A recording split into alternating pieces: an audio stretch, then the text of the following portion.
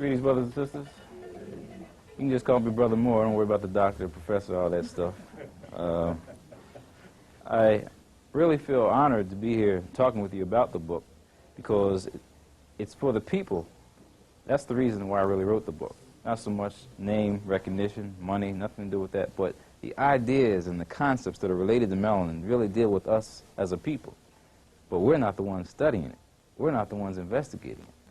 We have a lot of misconceptions within our community about the topic, so I wanted to put the document out there to kind of not set the record straight, but to at least provide some scientific information to give some validity to this area of research. I would like to just talk about what melanin is, how it is functioning first, and then hopefully leave some room for some questions. So I know you all have your questions. I don't want to start it off by asking, what do you know about melanin? Or what do you know about melanin? Because the thing is, then we will get kind of sidetracked. And everybody's going to have a different opinion, or everybody might have the same opinion. But rather than do that, I want to just give you a sense of what melanin is. When you speak of the word melanin, you usually think of what you see in terms of the color of a person's skin. Well, certainly melanin does relate to a pigment. That is certainly true. But it's more than just a pigment, because it has qualities that helps it to function within this universe.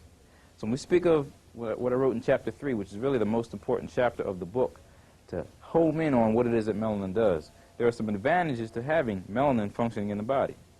And there are 3 that you can think of to put in your mind. One is a neutralizer of free radicals, or a neutralizer of toxic substances within the body. So it's a neutralizer. So as we're going through this discussion, try to remember, it's not just the skin melanin we're talking about. Melanin is also found inside of the body. So we'll break down those other places within the body it's found, but just kind of remember that melanin itself is acting as a neutralizer of harmful substances that are in the body. The reason why we as African people may not age as quick as Europeans may, because of the melanin. It's cutting off the free radicals from destroying the cells, therefore we have a much younger appearance. So you may have your 90-year-old grandmother may look 60 or something. So that has a lot to do with the way melanin is functioning. Now within the body, in terms of in the brain, when you start talking about a neutralizer of free radicals, well, just as it is collecting these substances on the outside of the body, it can also collect them within the brain. And one of the places that's rather heavily melanated or heavily dark in color is the substantia nigra. Yeah, it sounds like a big word, but when you look at it, it's a Latin word for black substance. Substantia, substance, nigra, black. There's a disorder or a neurodegenerative problem called Parkinson's disease. I'm sure many of you have heard of that. People who suffer from Parkinson's disease, it's a neurodegenerative disorder. These cells start to deteriorate. People, they shuffle when they walk. They have tremors. They also can't initiate movements. You know, your mind is telling you to do something, but you can't actually do it. There's something going wrong in the brain. Part of the brain that's being disturbed is a part that's melanated. Well, we don't really know what the cause of Parkinson's disease is, but the thing is, people are saying that it may be accumulation of these free radicals or these toxic substances over years. Because normally you don't develop Parkinson's disease at age 10, 11, 12. You get it when you're older in life, when you've eaten all the terrible things that you shouldn't have been eating throughout your life, all the things we know about pesticides in food and the so-called cumulative effect. Because you don't just die of natural causes, you die of toxicity, poisoning over years. So the same thing could be occurring within that part of the brain called the substantia nigra. So it's just absorbing those free radicals. So good on in one sense in terms of absorbing these toxic substances, but on the other end it could be a disadvantage. So that's why we don't want to be misled that melanin makes you great and just leave it at that, as in some books have led us to believe. The one written by Carol Barnes, Melanin, the Chemical Key to Black Greatness. So it sounds like, well, yeah, it's just chemical that makes us great, but we don't need to be too confused about that. The second role that I spoke of is it's acting as a nerve conduction facilitator. When we say nerve conduction facilitator, we're speaking of the way that our brains are operating. Can't function without a brain. The brain is the central processing unit, just like for the computer. So within certain parts of the brain, melanin can help to, make those nerve impulses flow a little bit better. So you may have quicker reaction times. So if we look at the eye itself, Some people have darker color eyes, some people have blue eyes, or light gray eyes. Well, the darker your eyes, the quicker your reaction time. So maybe people who are marksmen, in terms of maybe even archery, those particular events, people who have darker colored eyes and also a dark pigment on the back of the eye towards the retina, the pigment layer, if that is dark, then this helps the person, function better in the environment in terms of focusing on these the visible light that is in our environment. So when we speak of nerve conduction facilitator, it's helping the nervous system function at a higher level. So possibly helping us vibe with the music, staying on rhythm. And also talking about singing, rapping, and also moving. And there's a lot of people that can't do that. There's a lot of uncoordinated people out there. And we don't want to just say that all black people can rap, all black people got rhythm, because that's not the case. But it can be maximized in people of color. Okay. The third point of emphasis about melanin functioning is it acts as an energy transformer. All around us there's energy pervading. We don't see the ultraviolet radiation or the visible light, but it's out there. Okay, it's a span of wavelengths that's out there that causes us to see what we see. Then you start talking about radio bands. We can't see radio bands, but they're out there. Microwaves, can't see them, but they're out there. So there's energy pervading the universe. Well, everywhere that you see melanin in the body, it's at places where energy conversion is happening. So speaking from the skin, speaking about the brain, those are the two main points about, again, this conversion. But speaking from the skin and the brain, everywhere you find melanin, it is functioning to convert energy. So you speak of dealing with the eye, converting the visible light, what you see, into nerve impulses, something that the brain can now understand to detect, to say you see a glass, you see a shirt. Well, in the ear, you have melanin found in the inner ear. You don't see sound waves. You can't really see the actual, words coming out of my mouth, but you hear something. That's energy. In the inner ear is where you find melanin. It's functioning to convert those sound waves into nerve impulses so what the brain can understand what you're talking about. Inner ear, eye. We already spoke about the brain in terms of, again, movement. So all those places in the body where you talk about energy conversion, you find melanin. And there's a lot of information in terms of metaphysics. Many of you may know about the chakra system, may know about spiritual centers that are supposed to be within the body. Some speak of the pineal gland as being the crown chakra, the number one to kind of focus on. Well, in those centers are where you, again, find energy transformation going on. And when we start talking about the skin isn't just some covering on our body. It's an organ. Matter of fact, it's the largest organ of the body. So you can break it down. I have a little picture in the book. I think it's diagram number 3. We have on one side, when you start talking about if you're under stress, there's some hormones that have to work in the body for you to engage into this particular activity. Don't get too confused about these names now. From the hypothalamus, you'll have a substance called CRF, corticotropic releasing factor, or corticotropic releasing hormone. It must go to the pituitary gland, located right here, to release something else called ACTH, adrenocorticotropic stimulating hormone. That then goes to the adrenal gland to kick in your cortisol, your glucocorticoids, to get you revved up to deal with the situation. So that's a hormonal response dealing with a certain organ in the body that you just talked about. But look on the other end when you start talking about for the skin. You got within the brain something called POMC. I have it written here, but the long name of that is pro-opiomelanocortin. Certainly when you read the book, you start to understand those things, right? Pro-opiomelanocortin, pro-opio. Opio, there's some form of opioid in there.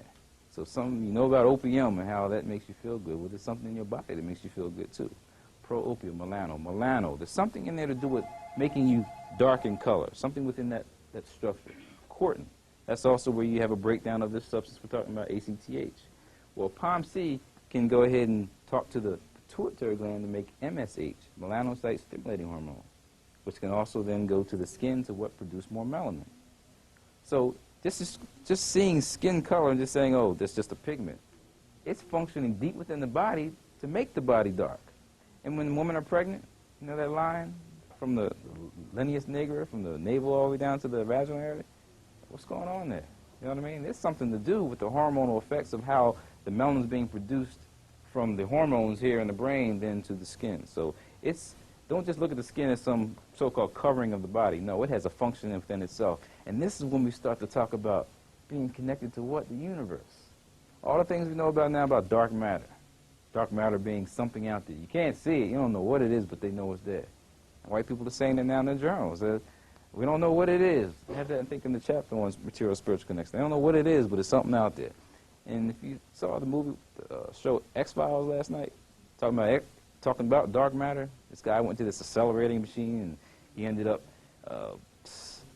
something happened to him where it was his shadow. If people touched his shadow, then they would be taken into this energy system which relates to the dark matter. So the point I'm trying to make here with us is that the connection between us and the universe is there. Europeans are all about controlling and dominating it. It's almost like they've been detached from it. Because it has something to do with the body, which is nothing but really a microcosm of the macrocosm. When we say that, your body ain't nothing but a replica of what's already out there. In terms of the shape of the trees, they look just like the way that the nerve cells look like. In terms of receiving that energy and transmitting it back into Mother Earth or to the body. So in terms of all the symbolisms, they're there. I don't need to give them all right now. But look at the key in terms of people who are highly melanated and are in tune to the environment. And we can also break this down to the Native Americans, or Native peoples of this land right here. They are in tune to what? The environment. But white people ain't into that. They're into about controlling and dominating it. So we need to understand that there's some principles there that relate to the melanin. But within those statements I just made is where some of the controversy comes into play.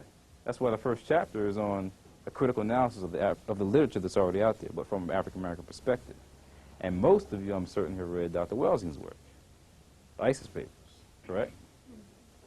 But when you read that, it's not really much on melanin. Her theory within the color confrontation, the Crest theory of color confrontation, the two main points are that white people lack melanin, therefore they feel that they're genetically inferior. And the other point is they feel that they're numerically inadequate. So since they're numerically inadequate and they lack melanin, that's why they act the way they do. Okay. All right. So that's, simplistically speaking, that's a good way of analyzing it. But when you really break it down, a whole lot of black people act the same way. So we've got to be very careful about making those statements. So I think we need to watch out for focusing on some chemical that's causing somebody to act in a certain way. So I didn't want to write the book to be used as an antagonistic scholar against Dr. Welsing, because that's how the media would use it, you know. So I supported her, and I give her a lot of credit for even bringing these issues to light. A lot of people don't even talk about it. She's the only one that said, let's have a conference in New York about why black men scared of white men. Nobody else talking about those things. So I got a lot of respect for her, but the way that the issues are coming out and then the audience taking it and running with it, confusing. So we can't fall into the trap that there's one chemical that's causing people to have a certain, behavior. However, we do want to focus on the scientific principles of melanin and some of the concepts related to it that does state that there's a difference. And all the stories in the past, oh yeah, you Negroes, there's something wrong with you. The Negroes, put them away. Now they want us all to be equal. We're all in this together. We're all friends. We're the same. There's no differences.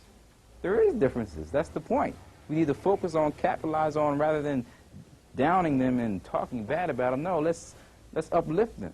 The Asian person looks the way they do for a certain reason. Respect that. European looks the way they do for a certain reason. Respect that. The African looks the way they do. Respect that. But the system now wants to act like everybody's the same. That's not the case. And it's the melanin that is the defining factor that makes us much different than many people. So that's a dangerous statement within itself, but I think the only controversial statements I have are around pages 70 to about 82, where I start dealing with the inner ear mechanisms, and I start talking about the Michael Jordans and the MC Hammers and the Michael Jacksons. I know Europeans move like they do, or do what they do. And it ain't just from practice. There's some natural abilities that are being basically maximized.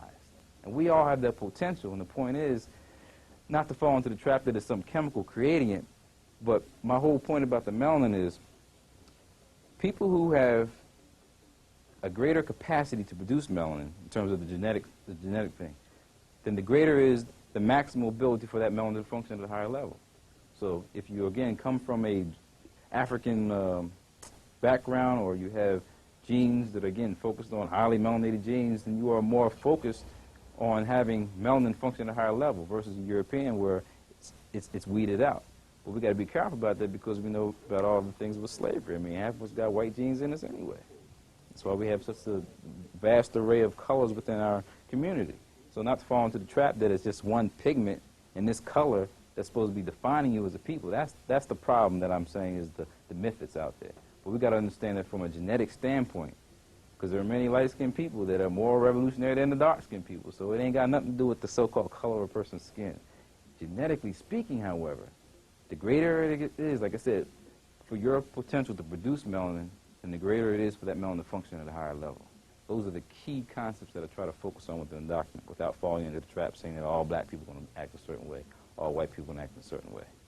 And the person that I spoke about to present some of the informational literature on from an African-American perspective was Sheikh Anta Diop.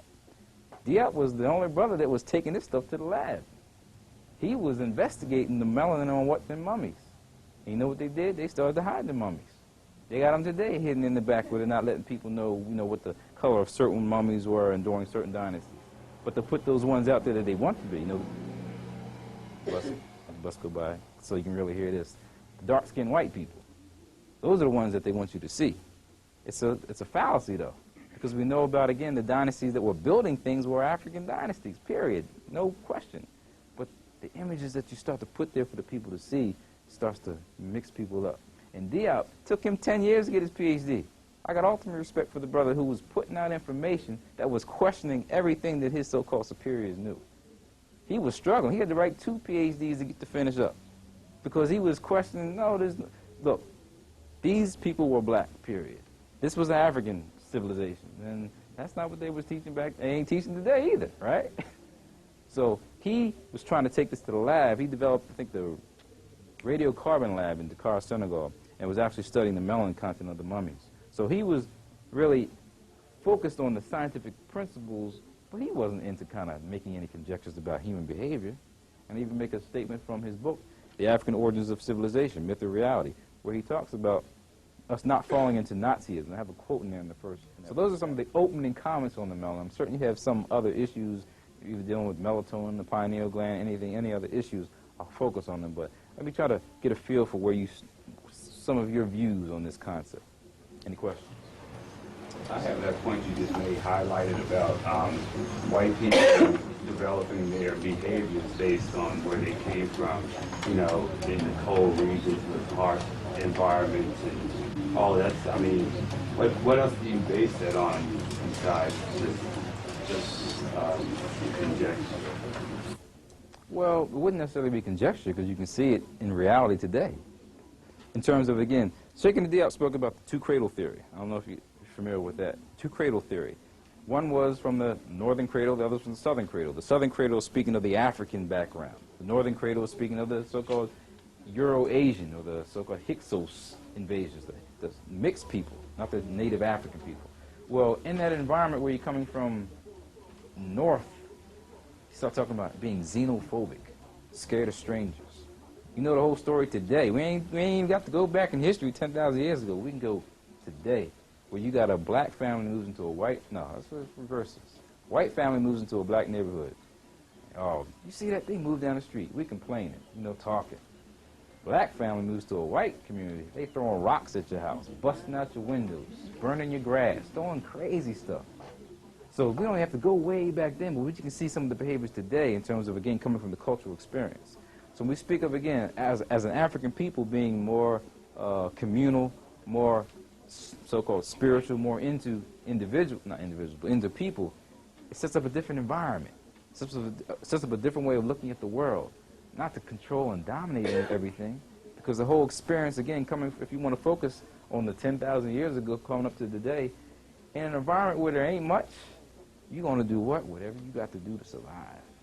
If there ain't no meat, no food around, no water, you're going to what? You got to constantly think about what am I going to do in this resource-limited environment versus Africa where it ain't like that.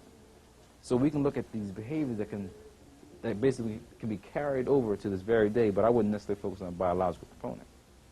I think even now when you see African and African American people in a place of scarcity, even in this culture, if you want to bring up this date, I mean, like whereas Europeans, they sort of sought to go and conquer other people, you know, whereas, I mean, you know, African American people can be poor as heck, but, you know, usually they turn that aggression on themselves. So, I mean, I would think that if the scarcity, if that theory held true, that, you know, they would be going out and trying to, you know, really go into all neighborhoods and conquer and dominate and things like that. And I don't see that being. Okay, so just to be the devil's advocate, though, I'm saying for you to be the devil's advocate on just focusing on the environmental approach, right?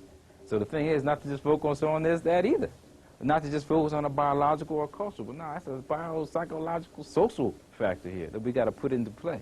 We got to understand how all these particular scenarios come into play. And the thing about, again, this black community that now may be fighting with one another and not know how to really direct that aggression somewhere else. So we got to look at, again, the things that are going on personally. If you have a, let's say, white man running the White House, got 10 kids and basically ain't got enough food, he may kill 8 and feed the other 2. You got a black woman that's been basically taking care of kids, got 10, she will cut it up in portions so everybody will have some. It's almost like a cultural way of even dealing with stress, dealing with those situations. And I'm saying that over time, that's then carried on in terms of the traditions of a people, but not to now focus on it's because of the lack of melanin why white people are now going around killing people. You know, that's why I say I wouldn't necessarily focus on that. Question. I think Frances Wilson was incorporating all of those different elements. And I you know, from my understanding, what I've read and from talking to her, she really wasn't putting all the emphasis on the chemical itself, but the whole psycho-bio-spiritual thing, you know. Yeah, well, maybe in her dialogue, but not in the literature. And that was my point about, again, people now reading that and then leaving the actual premises where the conversation was going on and not understanding, well, what does that mean? But it's not written like that. There's nothing in there about the biopsycho approach, biopsychosocial, anything like this. It's just focusing on the 2 main drives that are causing white people to do the things of the lack of melanin and the fact that they think that they're numerically inadequate.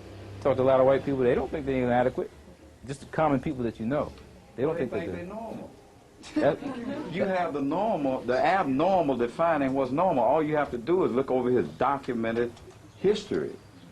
Yeah, and again, I would stay away, though, because it's hard to say that all white people are going to be thinking like that. And that's what's kind of running things. I think that's a trap. Sir, I have a question. You have on page 15 the following statements of some of Barnes' predictions and proposals. And you go down to number 4, you have melanin is a civilizing chemical, and it acts as a sedative to help keep the black human calm, relaxed, caring, and civilized.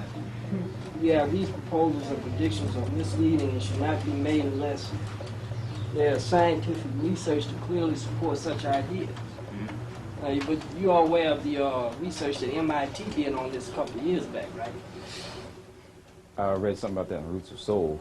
They were actually selling melatonin, which is a chemical that makes up melanin because it was a sedative or it helped people sleep. That was actually on the market. MIT did that. Yeah, that's a hormone that's different from melanin, though. There's two. It makes up it helps produce melatonin. Well, I'll explain the actual science of that, but go ahead with your question, though. No, I mean, but does it actually help? It doesn't have anything to do with producing melanin. No, it actually lightens the skin so that I'll explain the science of it. Just go ahead with your question so I kind of. No, what I was saying is, because here's something called Pro-Melanin 2000. These are melanin capsules. You ever seen any of these? Yeah, I make a reference in the book. Brothers out of Texas created that. That was that powder formula. No, this was made by a German European company out of California. Well, I don't say German European because the brothers who actually created that, they were part of the Chemware Science Consortium. Charles Johnson and Malachi Andrews. Not Chemware. You sure it's Chemware? Yeah, I make reference in the book, and they This is ChemSci Nutrition. Okay, well, it's like they're a derivation of what Chemware is, and the thing is that they were black scientists. I don't know if they had to go to Germany to get the stuff done in terms of process. Same thing's going on with Chemron. You know, we don't have the actual technical equipment to get it done, but the ideas were created and stimulated from an African perspective. But the thing is, that's not creating melatonin. You know what I mean? Those are just, it's like within this formula, it's to help out the particular body type of African people, but not to so-called make the jump from melanin to melatonin, and I'll try to explain that. The other thing about the Karl Barnes issue is, in terms of, again, focusing on the civilizing component, look what's happening in the middle of Burundi. It's kind of hard for us to make those statements when we see that going on with our people. We can clearly see that there's some, puppet strings going on creating that situation, but the fact is we doing it. No, see, you said look what's happening in Rwanda. Yes. But, you know, you said look what's happening in Rwanda. That's been going on for about, 20, 30, how long has it been Not going that on? massive killing like that. Since 1884. Well, we never done that massive killing like that. Since 1884, the massive killing was going on. The only reason they say we doing it, we say we doing it because they say we doing it. You know, I mean, who's seen that? And based on the colonialist past, and who's supplying the weapons, just like the kids killing each other around here. The same elements are doing it, but the focus is being put on the victims as opposed to the victimizers. See, we talk about the Rwandans, but yet and still, we don't talk about the components of the UN that's seeing that is carried out. Just putting the chips on the shoulders and telling the others to knock it off. And when you control those life support institutions, all right, when somebody else controls that, you know, that's a big plus in their favor that we've got to look at real hard. Right. So I understand those puppet strings, speaking of these European powers that may be manipulating things, but my point is we are still doing some of the devastation. If we, not even to kind of go off of just what happened most recently, but if you would like to go back to those dates, that's my point though. We've done those things. So it's hard to relate to melanin as a civilizing component. I wouldn't relate to that because we've done destruction within our own communities. In our own ancient times, assimilation more so than someone that we generate ourselves. We see it happening that goes to environment. And if, like I said, if we can explain it from those other perspectives, fine. But for me, to listen to someone say it's a melanin that causes the civilizing components where there may be some other civilizations that may have been a little bit more destructive, or some other white civilization that may have been more peaceful. I don't think we can fall into that trap. That's my point. But my thing is, it was like you were saying that he was saying that it was all good. He's not saying that in this book. He's saying that, you have a chemical component that can be made toxic, that can make you bad. He's not saying that melanin makes you automatically all good. Yeah, he's not saying that. As a chemist, he focuses on the so-called effects of cocaine, marijuana, LSD, alcohol, and how the absorptive properties of melanin can now make an African person more addictive, certainly. But the title of the book is, therefore people read it and think, and that's where the misleading is going on in my perspective. It says melanin. What's the title of the book? Black rape. Yes, so it makes the people think that, yeah, it's this melanin thing that's causing all of us to be the way we are and much different than others. That's misleading. But didn't you just say that how you have a higher level of melanin high can take you to a what? What was that you were saying earlier? Higher level of consciousness also. Now, maybe you don't think Mr. Barnes might be talking about Well, that? And civilization is a result of a higher level of consciousness? All right. In terms of actually dialoguing with the brother and actually communicating tete-a-tete, certainly those issues will come out, but not the way it's written and documented. Because the way that the science is broken down is coming from a chemical standpoint, and that's where the strength is. But when you start to make the leap to speak about now the behavioral component, I think that's where the deficiencies are within that document. But the conversation and the dialogue may be much clearer. But you do realize that he was taking most of these sources he used. He was doing research on European sources. And matter of fact, one of the sources in this book is from the Morehouse School of Medicine. Well, not exactly from it, but the Journal of Pharmaceutical Sciences that I got from the Morehouse School of Medicine from a Dr. Julian Mentor who was doing research in dermatology on that. And that's used in this book. Okay, and then the focus on dermatology and skin, that's much different than now focusing on brain and behavior. That's my whole point there. It's confusing. It's confusing. Yeah, you can go in the lab and study the dermatological component, the skin, but you can't make the leap now from the skin to now what's going on in your brain and behavior. That's my whole point there. And if people do not have a good background in terms of how the brain actually produces behavior, I think that you'll be making some misleading statements as that one that was made. That's my only point there. And you're probably going to confine it to the professional community. Because I'm sure what they've written was not intended to be a technical treatise on melanin. Because the average grassroots person wouldn't begin to grasp it. So I'm hoping that what I put out there will make it much easier to understand, make it much easier to grasp rather than the strong chemical components that were mentioned within the Barnes book, or the non-scientific components that were stated in the ISIS papers, or the just heavily emphasis on the African culture and, let's see, some of the symbolism from African cultures in the Dr. King book. So now I'll hopefully present some more information from a scientific perspective dealing with, again, how the brain also may be producing behavior. I think that you can, in my opinion, stand a little bit more firmer in making some of the statements that I criticize within in the text. And the thing about the melatonin, are you familiar where melatonin is actually released from? It's released from the pineal gland. So Europeans have been stating for many years the pineal gland doesn't do anything. I sat in medical classes, medical school classes with so-called future medical doctors, and the white person saying, well, don't worry about this gland, and moved on and started talking about something else. They've known since 1958 that the pineal gland produces a hormone. That hormone is the melatonin. What melatonin is doing is being released at nighttime.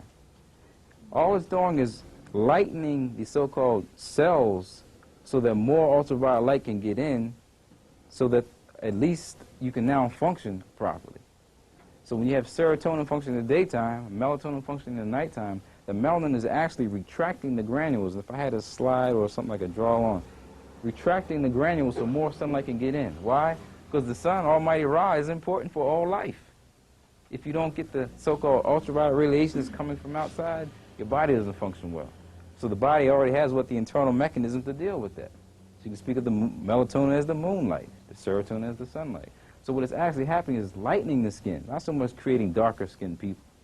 And the whole thing about the melatonin issue, totally different from melanin now, is what's going on with people who have seasonal affective disorder. It's actually called winter depression.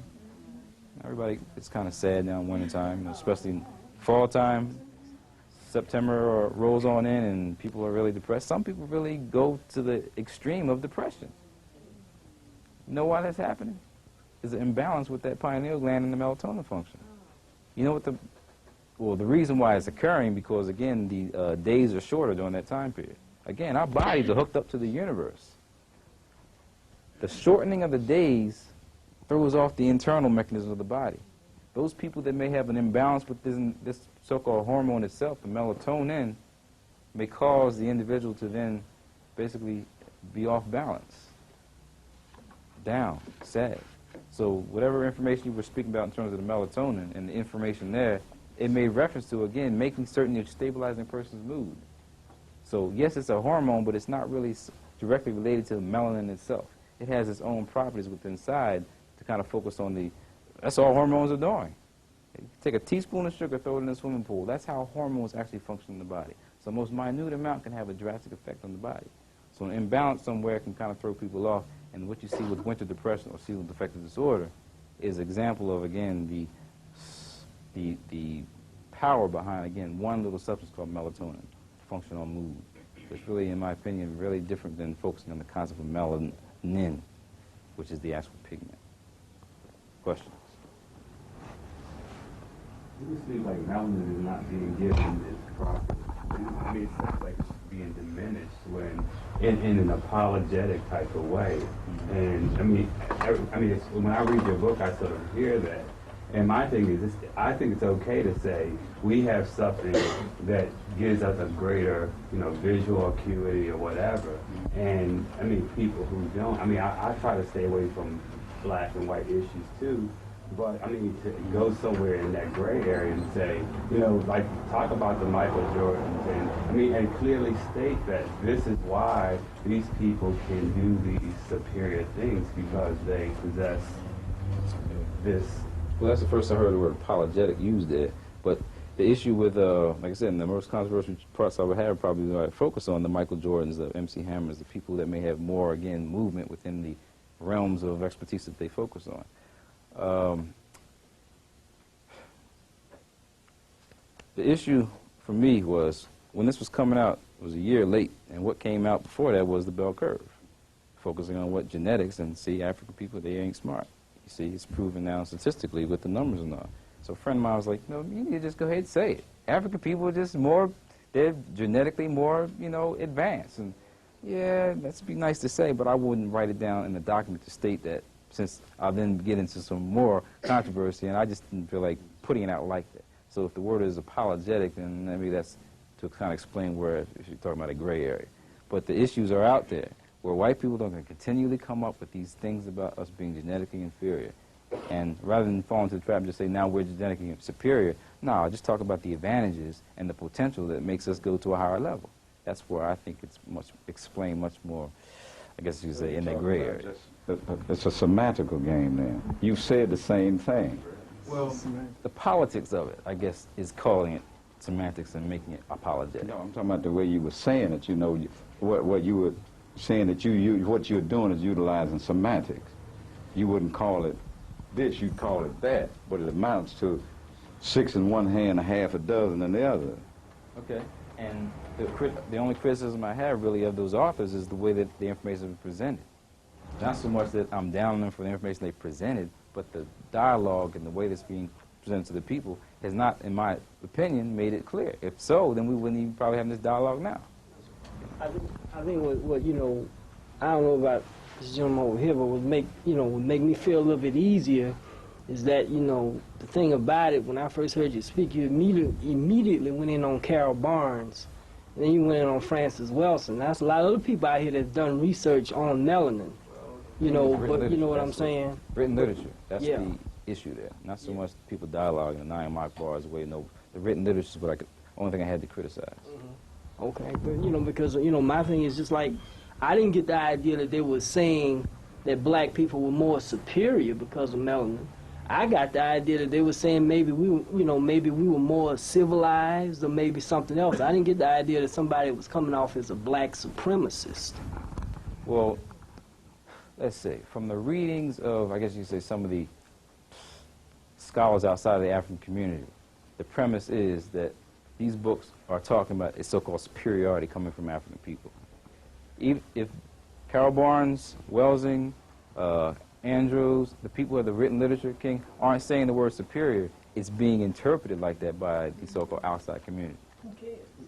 Very true, and I state that in my introduction. I'm not worried about convincing these individuals about the situation. My point is to correct the misconceptions within our communities. So that's my job as a scholar, as an intellectual. Not to down my people, and not to worry about what white people think, for my people. That's why I'm saying that in terms of the issues that are being discussed, yeah, maybe we'll have a matter of semantics from different angles, but the point is, if people don't understand the words that you're dealing with, there's going to be a lot of confusion. That's where we got to teach them to go to dictionary. Right there. Because why aren't the students reading? That's the problem. See, that's the bigger problem. Why aren't the students reading? Why don't they know about that in predominantly black colleges? We're talking about what they don't talk about in colleges, and we got to emphasize predominantly black colleges. And that's going to take us back again to who's supporting them. These Negro institutions, I mean, I work for one, and you know where I'm getting the least support for all my intellectual endeavors? My institution. So just in terms of, again, the nature of backwardness that's in our communities, we've got to hit it from all angles. So I know you're on tape, but I don't mean to. But when you think, let me ask you this, as a scholar, when you think it would be important to read your book as well as Dr. Welsing's book, as well as Dr. Barnes' book, read all of them? Yes. When you think it would be important to read all those books, I mean, knowledge is power, right? I mean, you can get something from anything. You know, I mean, when you think, I mean, I would read your book, and then I would pick up Dr. Welsing's book, I would pick up Dr. Barnes' book, just like you didn't stop here. I noticed you had about 100 references in your book. You think it'd be important, wouldn't you? Well, hopefully that's a rhetorical question, because certainly I wouldn't be, you know, stopping a person from reading. The only book that I said that I would doubt the content of it in terms of the nature of this debate is the one that he wrote called Jazzy Melanin, a novel. We ain't got the facts straight. We're arguing right now about issues. So that's the only one I said, well, certainly, if you're into science, if you're into science fiction and stories, go ahead and read it. But I'm not going to discourage people from reading, so I don't even think I come across like that in the documents. It's science and science fiction. Okay. That, you know, I mean, nobody talking about science fiction, but I agree. You know, I'm not gonna argue with you. I mean, it's your time. No, I'm saying the book is a novel. Yeah. So all I'm saying is we're kind of still trying to get the facts straight. I understand. And if you're into the science, if you're into telling stories about issues, fine. That may be something that you like to read. My job is to kind of expose people to what they will be, what they're getting ready to read, or what literature is out there. That's my job, to kind of expose it. It's not to deter people from actually seeking information. I think I could benefit from reading something and talking about like the negative effects of the lack of melanin, because you hear a lot of what melanin does, but you never really see anybody talk about what not having it does.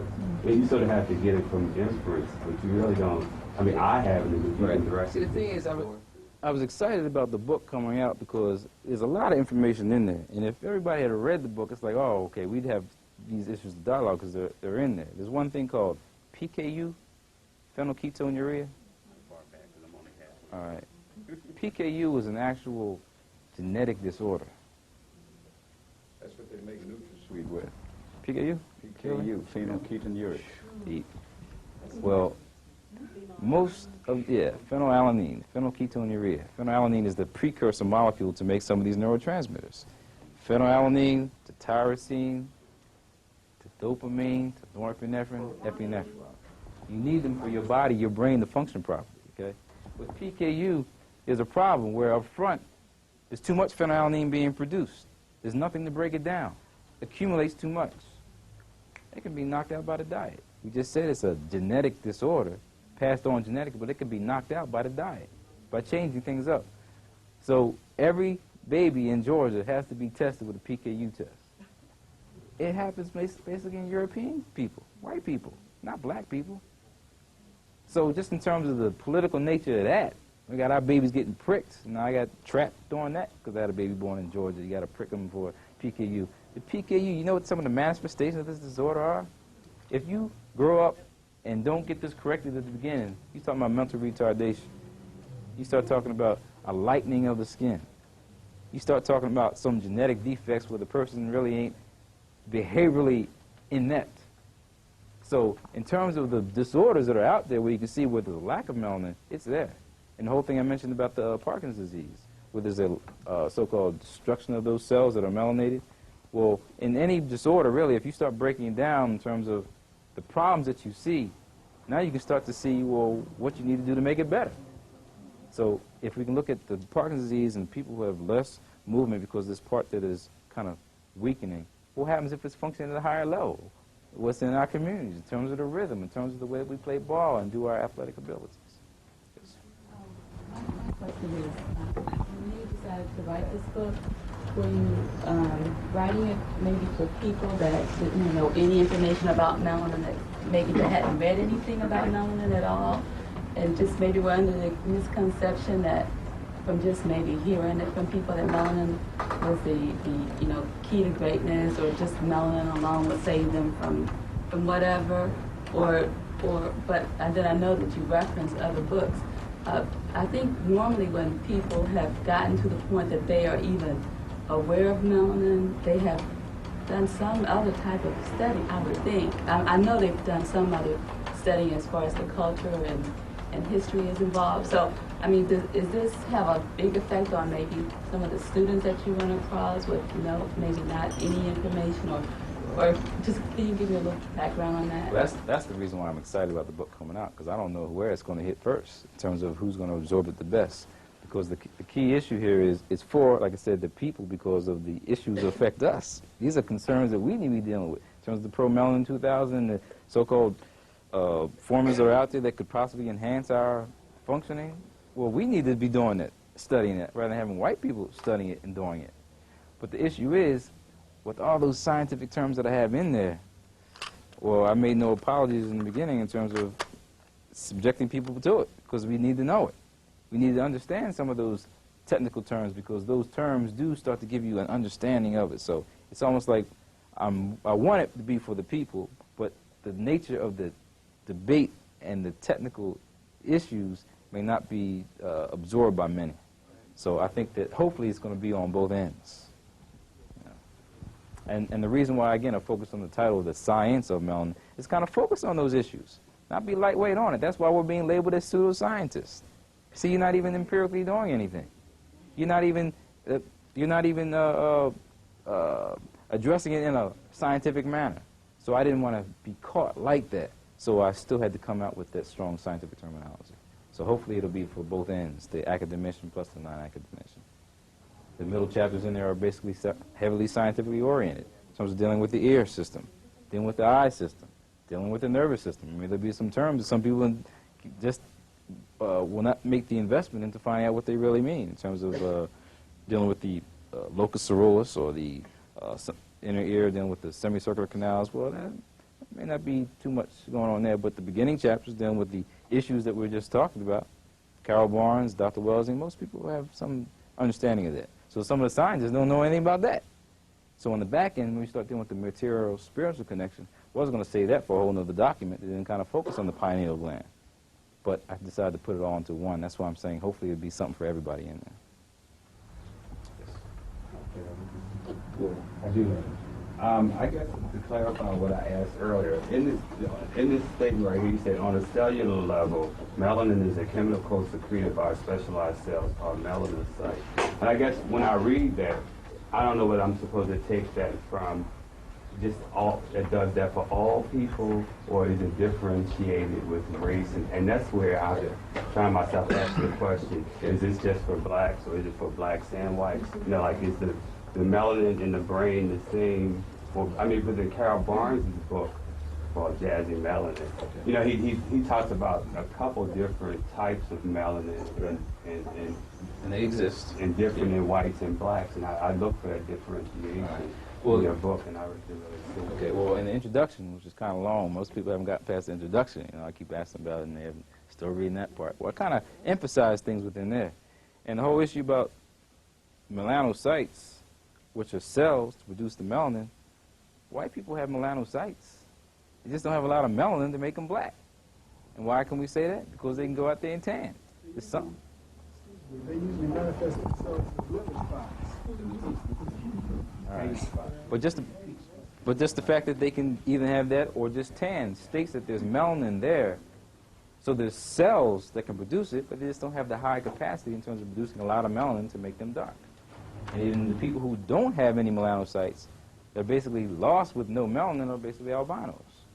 And it's Dr. Welsing who speaks of white people as being as albinos. But there are different forms of albinos coming from different forms of this enzyme called tyrosinase, or the so-called precursor molecule to make the melanin, tyrosine. You know, so we start to get in more derivations there. And the breakdown that Carol Barnes has is correct in terms of the pheomelanin, the eomelanin. People who have red freckles, you know, maybe basically white people have the red-colored, you know, hair or the freckles. That's pheomelanin. But then you have the darker skinned people, which makes up eumelanin. So certainly you start to get the distinctions. That's why then you can get into the trap by saying melanin makes you do that. What form of melanin? You know what I mean? Or is there many forms that causes different functions? I think if we just focus on the scientific principles behind how it actually works, we start to understand a little bit better. So that's where chapter 3 probably the most important, to at least understand how it's working in different parts of the body. Question? What exactly is melanin? Totally. Chemical. Is it would you classify it as, is it made up of amino acids, or what exactly? That's the thing about it. It's like a biopolymer. And in Plastic, you're telling me? the way Carol Barnes has investigated, he has a diagram of it, I think we took from somewhere else, where it has most of the neurotransmitters in there. Most of the so-called precursor molecules of those neurotransmitters in there. It's like a large molecule that has everything. That's why when Europeans first started investigating this, they thought it was a waste product. It was just the end product of all those so-called neurotransmitters or catecholamines being created. It just deposited and it doesn't do anything. That's what the original idea was. Because why I had all those substances in there? That's why it's such a powerful substance in terms of, again, its connection with many things. And the whole thing about the drug stuff, that's why, again, the drug addiction and people are making the connection between, again, the highly melanated you are and the more stuff you may be to drugs, certain types of drugs, because, again, it's an attracting substance. No, what I was going to say, you were mentioning about that they thought it was a byproduct or a waste product, being, say, dead, of no use. You can also trace that back to the Greek language, because the word Negro comes from necro, and necro means dead. So we got to understand what they are doing is calling and utilizing, say, definitions, and if not definitions, metaphors that they've created out of some misconceptions and calling it science. As Bobby Wright said, draw a gun on you, tell you if you don't believe it, I'm going to kill you.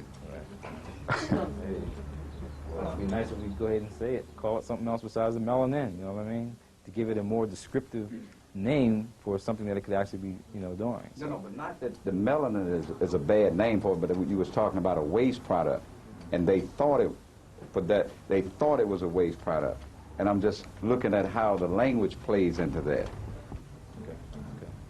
Okay.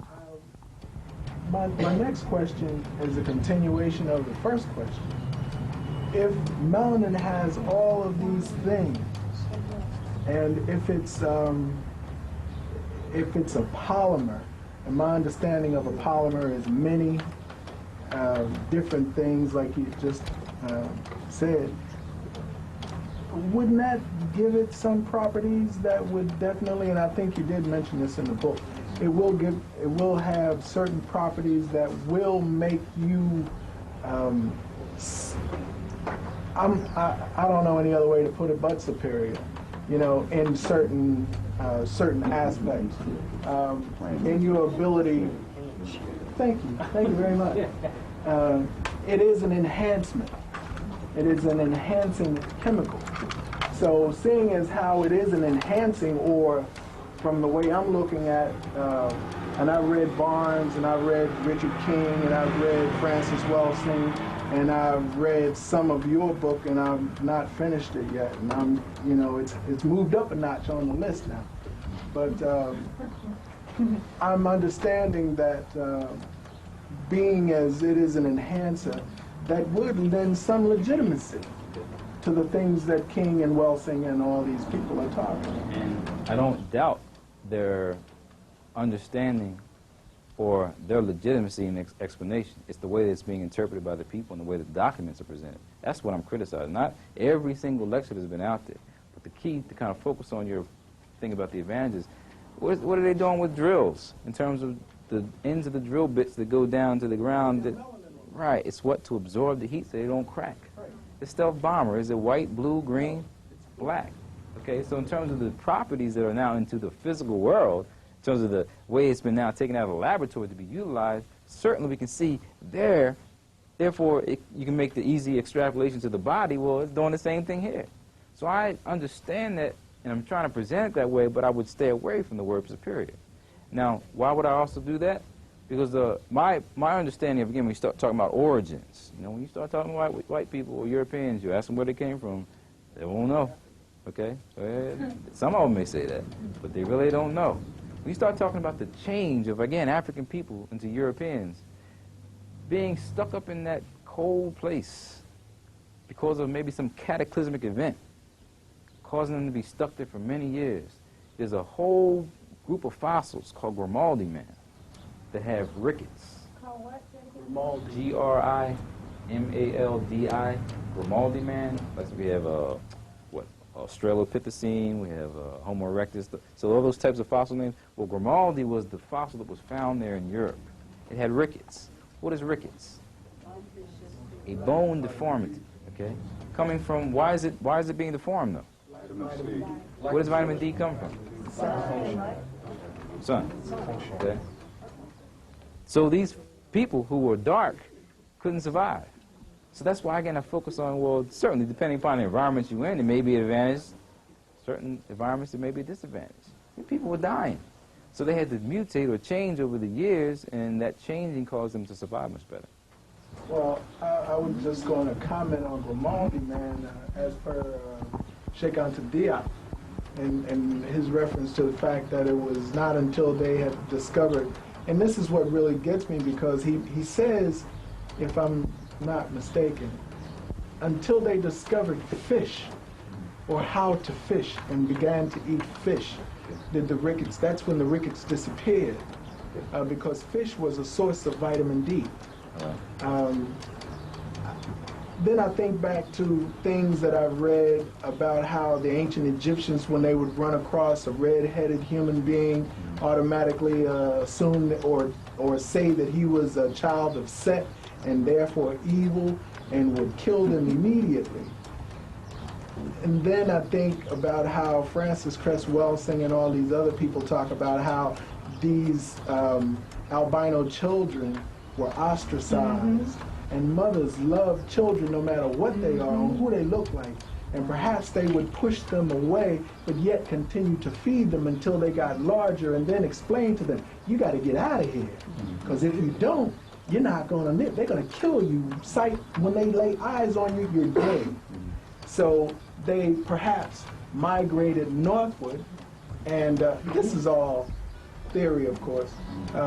They migrated northward until the glacial ages started, and perhaps that's why we see so many dead in the Grimaldi region of northern Italy or southern France. And that thing, you know, happens, but still they were, I don't think, from the way I understand it, I don't think they were highly melanated in the first place. All right, well, let me try to address that from two angles. One from in that region, one from the actual migration coming on up, dealing with Dr. Welsing's issue of she takes credit for being the world's first abusive parent, you know what I mean, in terms of kicking them out of Africa, okay, and across the hot burning sands. When you're in Europe, there isn't really a lot of waterways, you know, in terms of the fish to be actually the so-called regenerative property to receive now vitamin D since the sun wasn't shining. I wouldn't look at it there. The true evidence there was the Eskimos, who have a large body of water and who are also living in a dark environment. So within the Eskimos, I think that you can clearly see the effects of the vitamin D. I wouldn't necessarily focus that on Grimaldi, man, because of the region that they're in, saying that it's now the source of vitamin D from the fish. And there's a whole lot of science, too, behind that because of our parents giving us cod liver oil when we were young, not knowing why. They knew something was going on, and now we can understand the source of vitamin D. You made a point now, you just made a point that, that makes me go back to the environment theory. And they say that the reason white people are like they are is because they were, you know, in that cold place and they had to survive. You know, Eskimos, I know Eskimos personally. That's some of the most peaceful people I have ever met in my life. Okay. They are some of the sweetest people. They will give you their last. I spent about 6 months up in Alaska when I was in the military. And those people would literally give you their women. I wouldn't consider them European either, you know what I mean? No, they're not. But, you know, they are up there. Right. And that's, you know, in worse, you know, shorter growing seasons and shorter daylight. You know, they got 6 months a day and 6 months a night, you know, and the day that they do have, you can't really, you know, they do have a little. Yeah, but what do they have inside?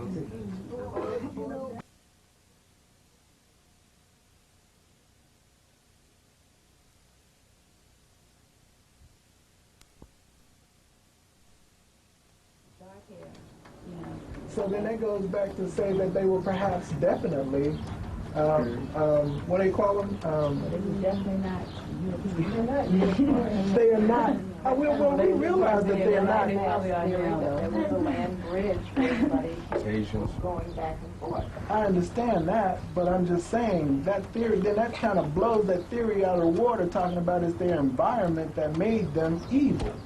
I think it was something, it could have possibly been the lack of melanin, you know, because these people have melanin and they're peaceful and they're in that environment, but these Europeans, they will kill you just because you don't look like them, you know, and they were in a similar environment without the water, of course, and we know water is the life giver.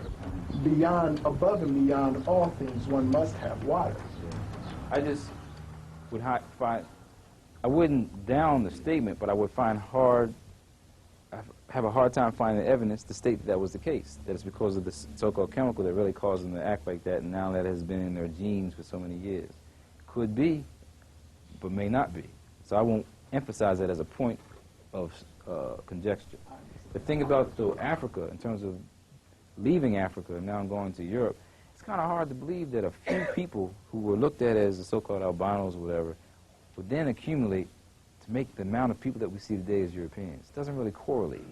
So I wouldn't look at it as the few people that have been kicked out of their families and now, as they got older, they now got together and then made Europeans. I don't think that is the numbers don't fit.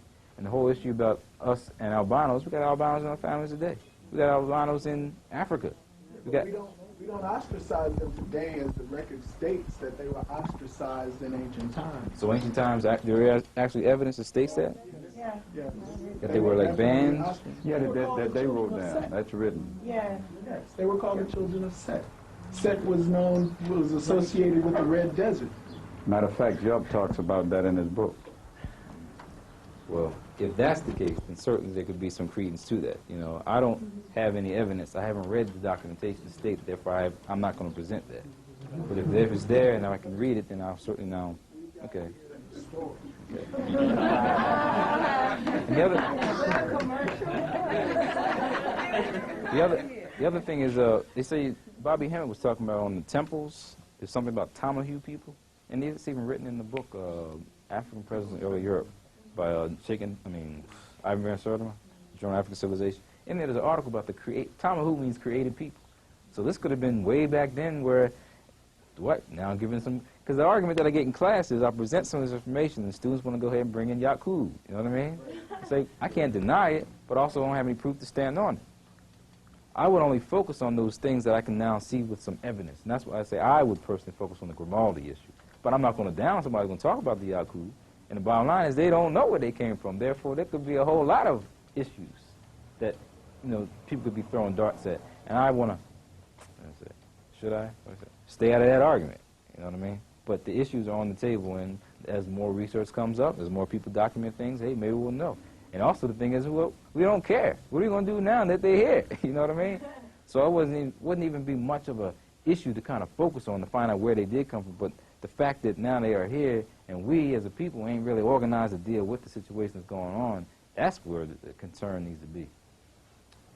So I just, again, would have a hard time focusing just the one chemical thing, or the lack of melanin issue.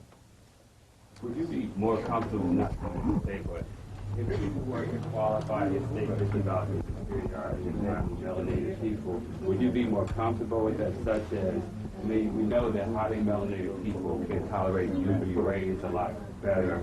They, have a keener sense of hearing. So if they sort of qualify that as opposed to just saying, highly melanated people are just superior overall, would you be more comfortable with that, or is it just? I don't know, because let's take this argument to the thing about intelligence. Europeans want to say that Europeans are more intelligent, more superior and intelligent. Based on standardized tests. Yes. It's shown by studies that the motor skills of children, African American and African children are far superior to European children, Yeah. I don't know, the word superior and inferior, I don't know if they do justice to the issues that need to be debated in society. Even if they qualify, we could say, okay, as far as UV rays, highly melanated people, are, maybe you want to use a different word, but if you talk about superiority and inferiority, we hear music differently. We see color differently. Those things are documented. So why not just say it? When you add it all up, there's a whole lot of things that we Because you don't want to be a reverse racist or anti-Semitic, and all these other things, these adjectives that they've created. Because even looking at that, if you have a certain type of sunglasses, they may absorb some certain type of UV waves or whatever. Well, you wouldn't say a superior type of glasses. You say they're a better type of glasses, or they function better in this. I think it's just semantics. I mean, they are superior because if you're looking for the best, you're going to go for the best. Sit it out. You can turn off the tape and listen to it. We'll keep it amongst us. We won't tell nobody you said it. With the people in the community, in the black community, there are people in the black community that have a problem with saying that, with anyone saying that this is superior to that. And they do look on, unfortunately, it is because of the miseducation and brainwashing. But there are people who need this information in this format so that they will not, take a look at it as another one of those black things, like they were removed from the black thing, So it's all good. Question back. I said, a lot of the issues we're bringing up about this now, it's basically a cultural thing, plain and simple. I mean, you take the African culture and put it with European culture, they just don't mix. We had a culture, we can trace our culture. They really can't trace their culture. They didn't have a culture, more or less. So they have a situation where we, have stereotypes, perpetuated lies told about us. So now, all of a sudden, the truth's coming on because everything's gonna come out eventually. But now they have to keep their dominance over the situation. I mean, they got the History Channel, they got all this stuff, plugged in and trying to keep people locked in. Well, this is really what happened. This is the truth. When in fact we know it isn't. So right now, it's a situation. I understand where everybody's coming from about not saying superior, not saying certain things, and having a situation where you got basically a war because you got other people who on the outside don't know nothing about it. Hear a little bit of something, and the brothers get crazy, go grab guns, do whatever. But you got a situation now. It really is. And these people, they're armed to the teeth. They're ready for it because this is what they fear. They fear us anyway. But you have a situation now where we have this information. All we need to do is just keep it within ourselves, and that's what we have to do in our community, and just pass it along. I understand what you're talking about, again, but a lot of stuff is just cultural. Yeah. We have a culture and they don't. That's why when we do certain things, if we lose our job, no pressure. We go find another job, we'll survive. These guys in Wall Street lose a job, they go jump out a window, it's the end of the world for them. I mean, that's it. We can survive. And they have not been taught how to survive, plain and simple. Yeah. Well, as you see, you brought in the cultural component. We've already spoke about a social component. Therefore, this ain't just a biopsychological approach to analyzing something in our community. But we have to hit it from all angles. And due to the level of complexity that is going on in terms of our problems in the community, I think that there's no one way that we can deal with it. Certainly the cultural issues are real. I got a phone call from community service. They asked if 6 students could sit in my class. I said, sure. I assumed they were high school students. Called back. I said, where are they from? I said, Providence. Okay. Called back. I said, they white or black? I said, white students. All right. So I was at the point of talking about revolution in my class, in terms of, again, what's going on with Africa, in terms of the colonization, and what we see today in terms of the Mobutus that are still in existence. So they came in class, and I was concerned because they don't need to hear some more information. They don't need to know what's going on in certain issues. And it's also the same thing with this. But the point is, how else are we going to get it to the people? However, in certain points of dialogue, I think there are things we talk about and certain things that we will not be expressing, because they don't need to know where we're coming from. But I think that as a people, we're not really at a level of sophistication. They got super highway stuff going on in terms of the internet. We're still on the exit ramp. So we ain't even ready in terms of dealing with the level of communication. Somebody told me there's a book review on this on internet. I don't know anything about that, but the point is, white folks are on top of things. The whole thing you said about staying ahead, oh, certainly. The whole thing about what movie, Stargate. They're going to stay 5 steps ahead of you when they know that you're getting on to something and distract you. You're off on something else. See, that's the nature of controlling your own institutions. Yeah. See, they ensure by controlling our institutions that we stay at that level until we break that mold and totally cut them loose. So the whole thing about these white students, I wasn't white students, 4 white students and 2 white professors. And at the end of the class, the white professor ended up saying something about, yeah, well, Dr. Moore was correct about saying this, and the students like, yeah, now the white man validated, so it's okay, right?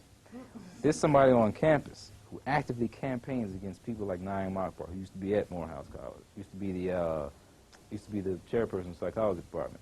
Naeem Akbar spoke that day at a Crown Forum, so those white people from Providence actually saw what was coming, from in terms of my class. They heard Naeem Akbar talking, so it's like, well, they ain't going to be too uncomfortable. Wasn't my concern. But the issue is that this white man on campus actively campaigns against people that have so-called revolutionary ideas at a black school.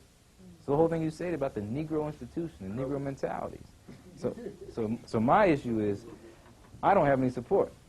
So I'm not really going to put myself out to the point where I'm now cut, but I'm going to be as tactful as possible to deal with the issue. So that same person that may be criticizing ain't even reading the book. But that's the nature of power. They ain't got to read the book. They can cut you off some way. So we got to put it in, again, terms that our people can understand, also to a level of sophistication that also can be, you know, dealt with from the outside. But the main concern, like I said, for me, and the reason I wrote the book, is to somehow clear up some of the misinterpretations. Also, now, like I said, it's not the last or first book, but it's a matter of now presenting some information from, in my opinion, a more clear perspective. Question?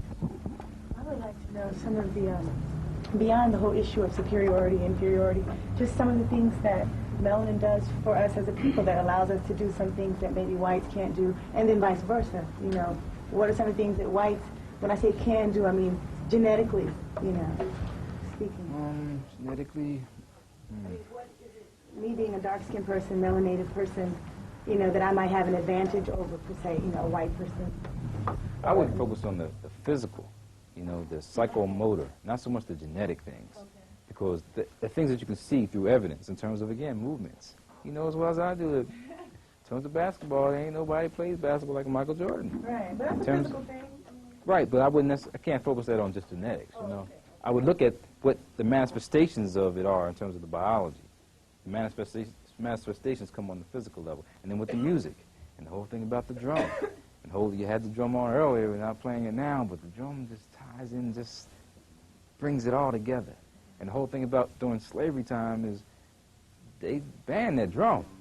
You know, in my slide presentation, the first cartoon I got on there is a white man tripping over a net with the people in the background, and they got a light, not really black people, they're like brown colored people, they don't even look African, but they're playing the drum. White man can't deal with that.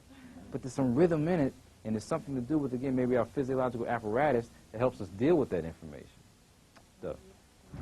I think since I've talked so much, I'll let Bill Willicks ask this question, and I'll comment.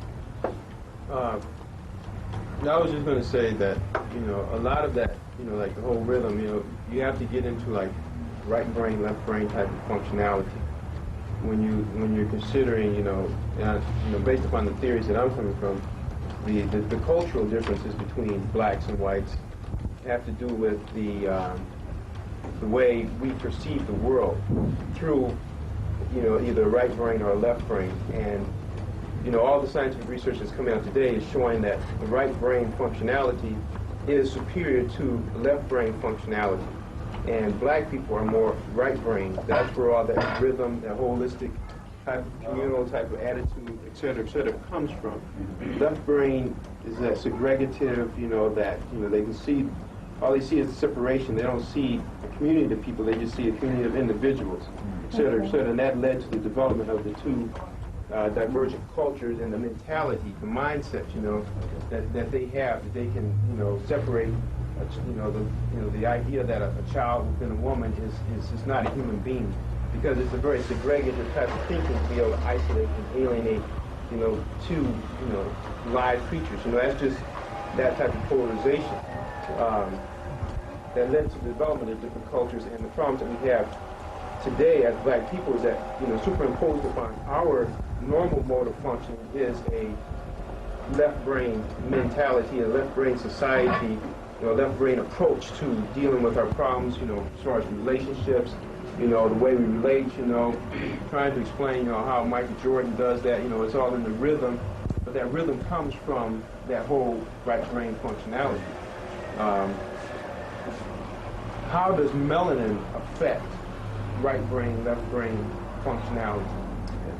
Yeah, sounds like you read Shake 'em, Shake 'em, Round Whenever I'm in, Metal Netter? Yeah. Okay. He, the head of the Osara Set Society, put out a document, I think Volume 1, I don't know if Doug has it in here. All right, Volume 1, I haven't read Volume 2. But he emphasizes the thing about the cultural differences are extending from, again, the way that the brain functions. I don't need to repeat what you just said, but to emphasize the things about left brain, right brain. Then we start to get into the differences in people rather than focusing on one chemical.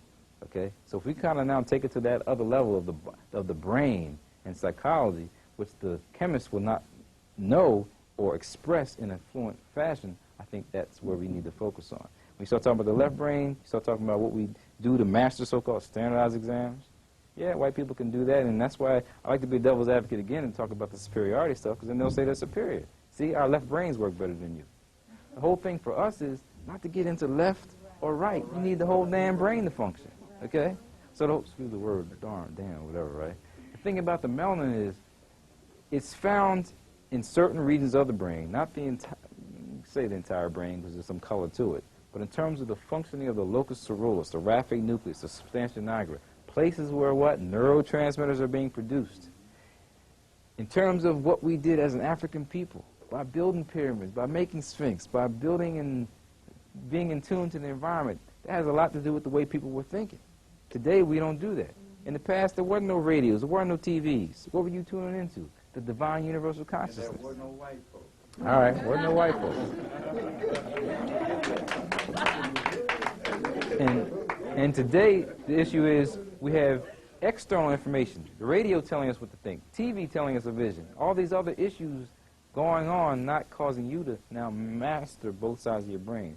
But I wouldn't necessarily say is now, some people may. I think brother who wrote African Holistic Health, Loyola Africa, he makes reference to the melanin causing both sides of the brain to function. I wouldn't do that only because I know the certain parts of the brain that have the melanin. I would focus on the way that the chemicals are being released to make the brain function in a certain way.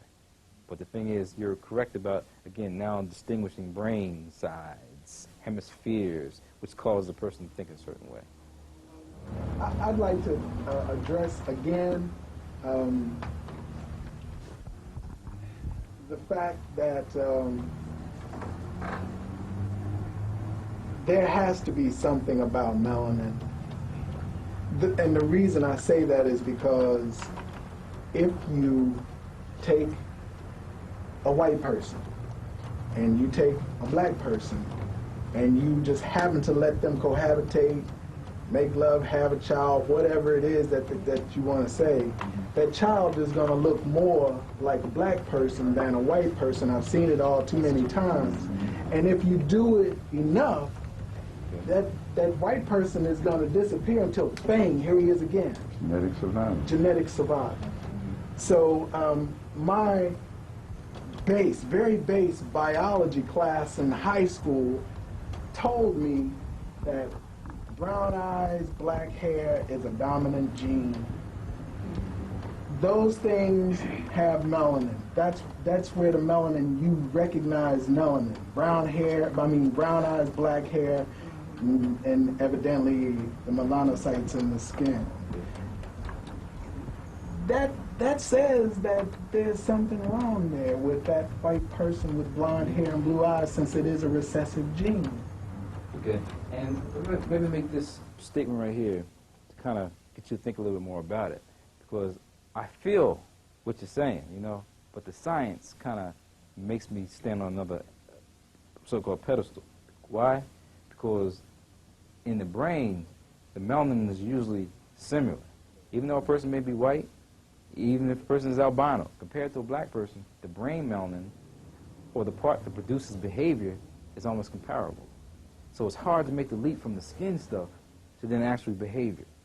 However, you're on target by focusing on the genetic stuff, and that's why I have in think chapter 2, talking about the biology of blackness, talking about the very beginning where you find melanin going on. It's to produce the nervous system. So from the very beginning, and then when you start talking about the other chapter on early childhood development, and why our kids, my first child came out the womb looking up. Most white babies, you know, they ain't moving. They don't have that same internal physical mechanism because the system's not as advanced or developed. I wouldn't say superior, but advanced or developed.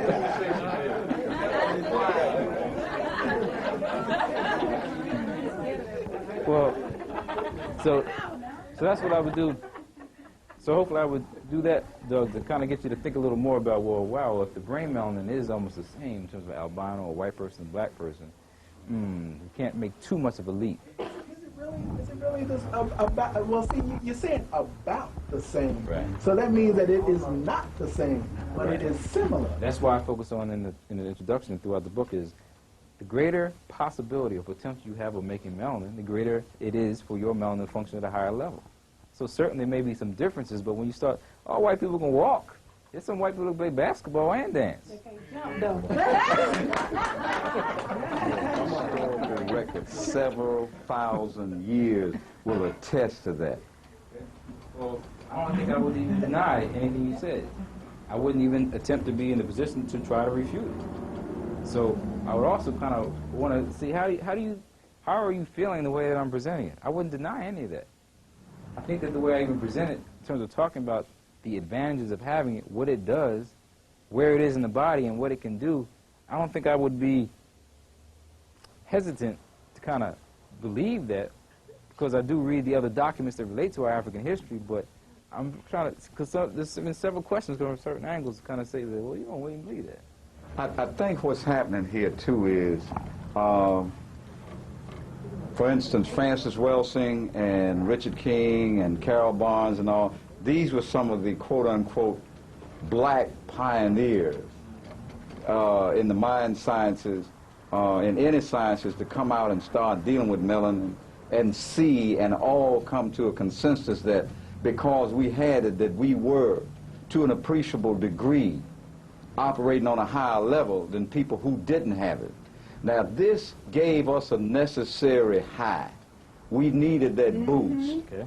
So what's happening is you're coming in from a cold scientific approach. And what it sounds like you're saying is, hey, look, don't use this melanin argument to try to see who's good and who's bad. All right? And what it comes off is saying, hey, you know, you throwing some blows at some heroes of ours that have really given us some shots in the arm. So we're going to stand in their defense because they're not here.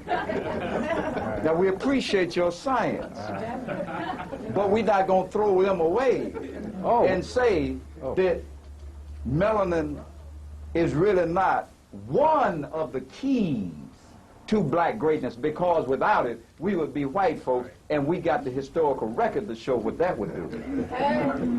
You get a chance to read the first chapter, though, in terms of my critique? I must say I haven't read any of it. Because like I said, not that I'm not going, I will. Because like I said, I'm not downing my people. Right. And I didn't want to be used by the media to be an antagonist, as you said. You know, everybody stand up. That's why I brought that up to say this is the feeling, because I feel that. I know better, but still I can't deny And you know what the that other I'm thing on is? that. Even within my verbal presentation, that's what I'm saying was a problem with some of the other verbal presentations. Not understanding what I'm saying. Not saying you don't understand what I'm saying, but what I may really want to say and what is actually in a document and written down. So I'm not refuting. Dr. King has been a leading warrior on talking about the eye of Heru in terms of what you got on the window there. He's documenting all these scientific principles and cultural things coming from our people. I'm not going to deny that. And I don't state that in the book that I deny it. I just don't want to fall into the trap that a lot of our scholars have in the past fallen into. So I will come from, I guess, the cold scientific approach to stand firm on these principles that I think that are being very convoluted.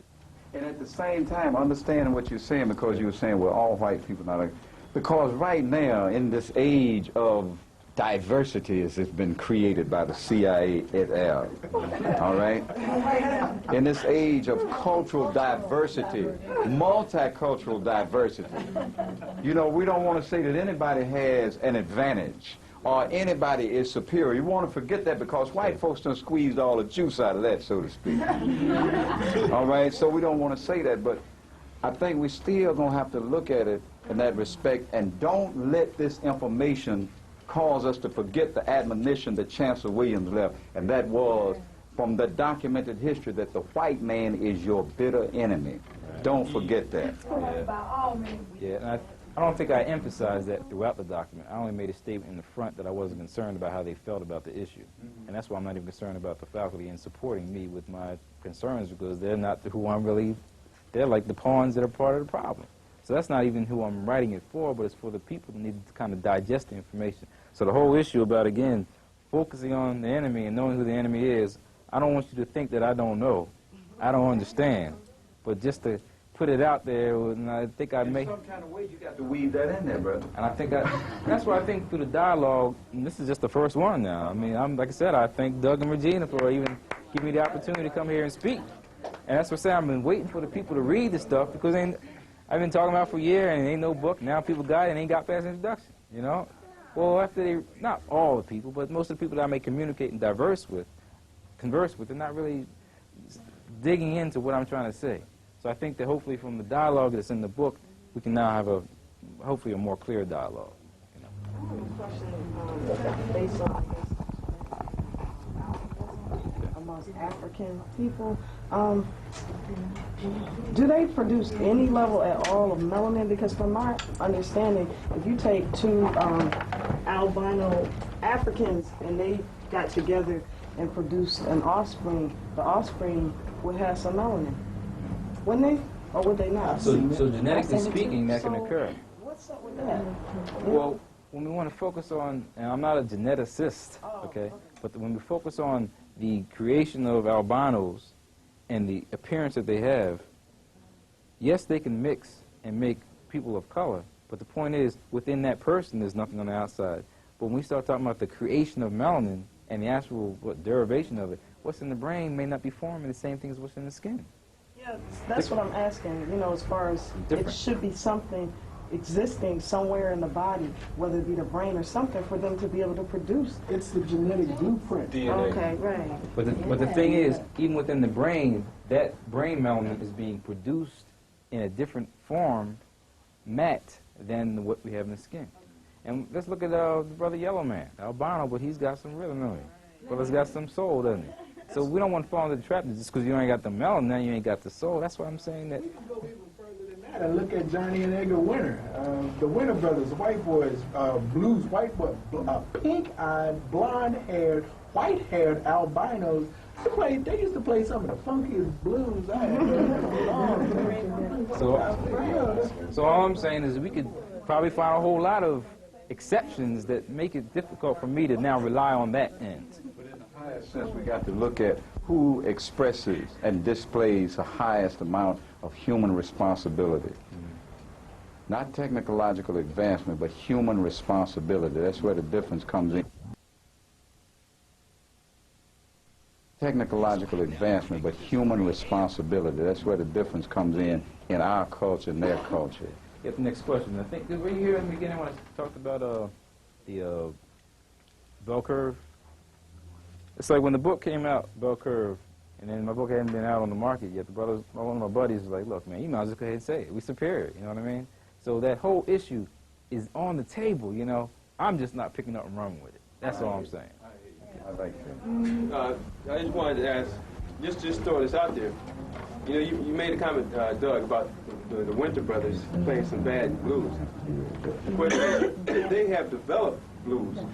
Had they not been exposed to it? I don't know that. Because we see, like, out of Europe, what came out of this, you know, Chopin, you know, Walt, you know, that type of, you know, real, you know, staccato type of music, you know. You know, it can be, you know, you can work with it, but it's still very mechanical in the way it's generated. Okay, and the whole thing there, as I try to emphasize again, everybody can move to a level, but it's the African that's going to move to a level that's going to be dealing with this energy system, what's pervading the universe. We can move to a higher level. So certainly others can now piggyback and do the same things that we do, but they ain't going to do it the same way. So I understand your point trying to relate it to that. I don't know if Bach comes before Chopin, and Chopin come after Bach, because, you know, that was an African. So the Bach come before Chopin and Chopin come before Bach. So, you know, where did they get that from? Out of the European experience with music. Yeah. There's a lot of blacks there that were actually doing the music and that they were following behind too. Beethoven, Right, yeah, just taking off on what we were laying as a foundation. all the way up to Wynton Marsalis today. So, I mean, the evidence is there where we can even now take theirs to a higher level.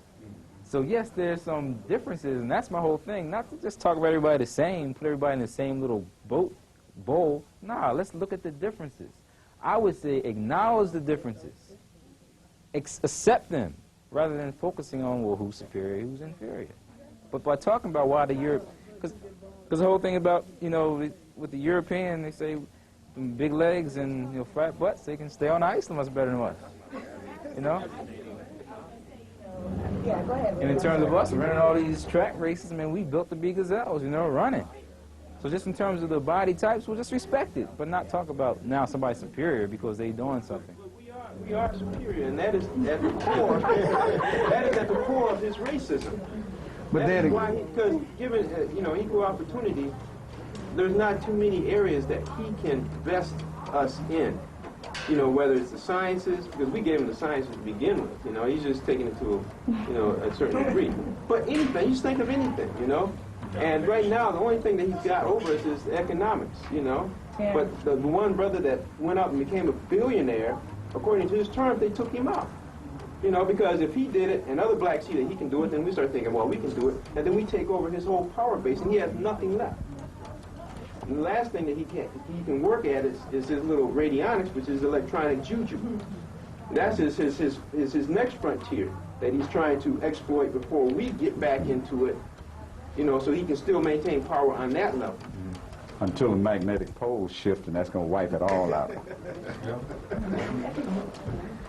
One thing is, I know we talked about this. It's over. This physical plane resistance we're talking about. To me, this is, I know all the history and all that, but to me, that really doesn't matter much anymore to me. I want to get into like the spiritual aspect, and I know, there's only certain things you can do here, and we understand that, they can hold that. But on the spiritual plane, there's no equal. I mean, I think we have to get more into that and deal with that. Well, that's why I said I put the chapter into the material-spiritual connection, rather than coming with the cold science, as Brother Otim said. Well, I kind of threw something in it that dealt with, again, our spiritual component. Deal with that. Don't get me wrong. We got to deal with that. All But right. the reason I said cold science, it's clearly objective. We want to make it as objective as possible, because in the other scientists were injecting a lot of subjective things in there. All right. So, but I mean, we got to deal with the cold sciences. I mean, analysis, technicality. All right. Well, hopefully after reading it, you'll see that I'm trying to tackle all those angles, and that's why I think that's why I'm excited about having it out there, because there are many people that would like to read it, different perspectives. Yes. Jim? Well, I just was going to mention earlier, when you're talking about superiority, it's a big leap to put something out to people who have had it beat in them for generations that they're inferior, that now they're superior. They're not going to absorb. I mean, just the static I get from just talking to somebody about something positive and black, well, why can't it be everybody? That's what I think is important in staying away from the superiority. There are so many of our people that will run from that. I mean, will run from even... And if you go back a generation, run from the concept of being equal. We gotta take this thing and look at it and take it a step at a time. We had black folks fighting equality 30 years ago too, and some of them around now, championing it. And then, We'd have been much better off if we would all fought it. The superiority issue to this maximum level, we deal with the spiritual. Well, we talk about at the spiritual level, but on top of that is, the most superior spiritual being is the black woman. So that's going to rock a whole lot of boats when the news comes out about that. Just black eagles. You look at the stand already had told movies like that. Already shown. We're going to take one more question because there are folks that have to get out of here. I understand that. And, The statement on in his question is a topic of self-esteem and self-image and being at peace is the second thing. If your self-image is not strong, you're not at peace, you being superior or inferior wouldn't be an issue. You could take the information and use it. And being at peace spiritually and having a good self-esteem is causing one to have superiority with people who are actually reaching for peace. And that's some of the reason why when you come cold, they say, well, are you telling me you feel good about it, or are you telling me if it's true? And that's where the question comes in, and they may reject it and run from it because they're not at peace and self-esteem as a topic with us. And to be honest, some of the people that maybe think that white ice is colder than black ice, they might not even be able to keep up anyway. You know what I mean? But just in terms of us then leading them to at least to find out that all ice is ice, I don't think we should have too much of a problem. What's that? I wanted to ask you this. It was relevant, more relevant, I think, and when you were talking about the bell curve earlier. Would you please define intelligence? It's a term that is reified. I don't need to take you out of the classroom since we're trying to get out of here. But reify means to make something real that don't exist. There's no definition of intelligence. Intelligence could be how fast you sit down in the chair, how quick you turn off the light. it's something that the European has defined in terms of this left brain mentality stuff, because that's what they emphasize, that's what they're better at. Now they got us thinking like them, therefore we get into this whole debate of intelligence. In actuality, the person who's got this PhD, MD, law degree, can go out and get robbed, and what the hell is this thing about intelligence? He's so smart. So That's why I asked that question. You know, say, you know, there's something that doesn't exist. Right. How can it be quantified and come up with a quotient? Well, that's the white man, white man science. But I'm saying we debate it. Called the science of oppression. That's corrupt. All right, well, thank you for your time, first of all. And I appreciate the dialogue and the concerns and the issues, because this is really something that's for us and our people, and we can't do